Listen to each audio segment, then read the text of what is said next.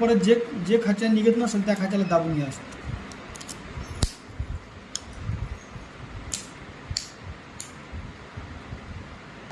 आणि हे थोडंसं हलक्या हाताने करायचं आहे.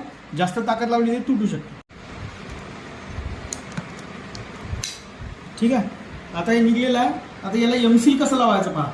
दोन त्या हे जे अशी सीड रोलर असते याचे गाले हे वेगळे करून वेगळे केले दोन. त्यानंतर हे गाले भरणं चालू आहे पहा. एक साईडचा गाला म्हणजे ज्यांच्या दोन बिया पडतात त्यांच्यासाठी हा प्रयोग आहे. ठीक आहे. अशा पद्धतीने गाला भरायचा आहे.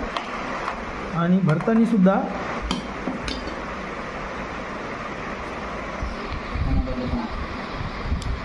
एमसीलनं आपण हे गाला भरत आहोत. ठीक आहे. आणि असं सेंटरला असं थोडं दाबून घ्या असं हलकंसं.